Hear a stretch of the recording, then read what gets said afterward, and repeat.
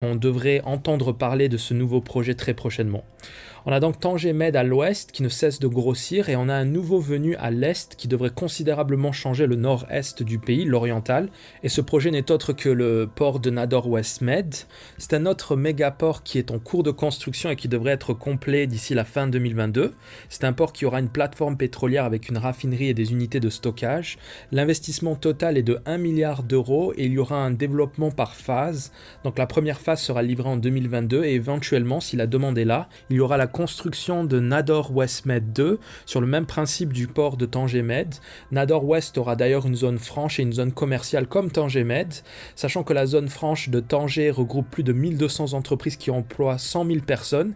Il est fort probable que la zone franche de Nador attire un nombre similaire d'entreprises qui créeront autant d'emplois. Ne serait-ce que pour la plateforme de traitement et stockage de pétrole, ce sont des milliers d'emplois qui seront créés. Cette plateforme pétrolière est stratégique car elle permettra aux porte-conteneurs de se réapprovisionner en fuel. Ça sera pour le Maroc des revenus au niveau des taxes mais aussi du fuel raffiné. C'est toute la région du Rif qui va en profiter, notamment les grandes villes qui se situent entre les deux ports comme Tétouan, Al Hoceima et Nador. Si vous possédez de l'immobilier dans ces villes, il est fort probable que la valeur de vos biens augmente dans les prochaines années. IKEA va aussi ouvrir un second magasin à Tétouan en 2022 pour un investissement de 40 millions d'euros. Le magasin est en cours de construction, il devrait être achevé en juin 2022.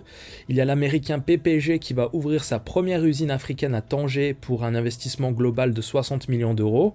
Il y a aussi l'américain Delphi qui va aussi ouvrir une usine de câblage dans la région de Oujda pour un investissement total de 40 millions d'euros et l'entreprise compte embaucher 3500 ouvriers et techniciens locaux.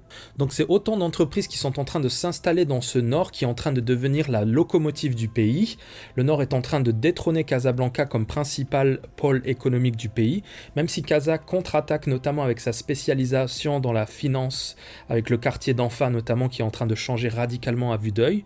Bref, en conclusion, le pays est en train de changer à une vitesse grand V, la stratégie de construction des ports est en train de s'avérer gagnante, je n'ai même pas parlé de l'aéronautique qui repart à la charge, le Maroc ambitionne de produire un avion complet d'ici les prochaines années, je n'ai même pas parlé des provinces du sud qui concentrent d'énormes investissements publics, j'ai déjà parlé dans ma précédente vidéo de la voie express Tiznit-Dakhla et du grand port de Dakhla Atlantique, mais je peux aussi vous parler du barrage de Fask, achevé à 50%, et qui devrait permettre aux habitants du sud de pouvoir développer des exploitations agricoles, sans parler des deux stations de dessalement de Laâyoune et Dakhla. La station de Laâyoune devrait rentrer en service dans les prochains mois, la station de Dakhla sera achevée l'année prochaine.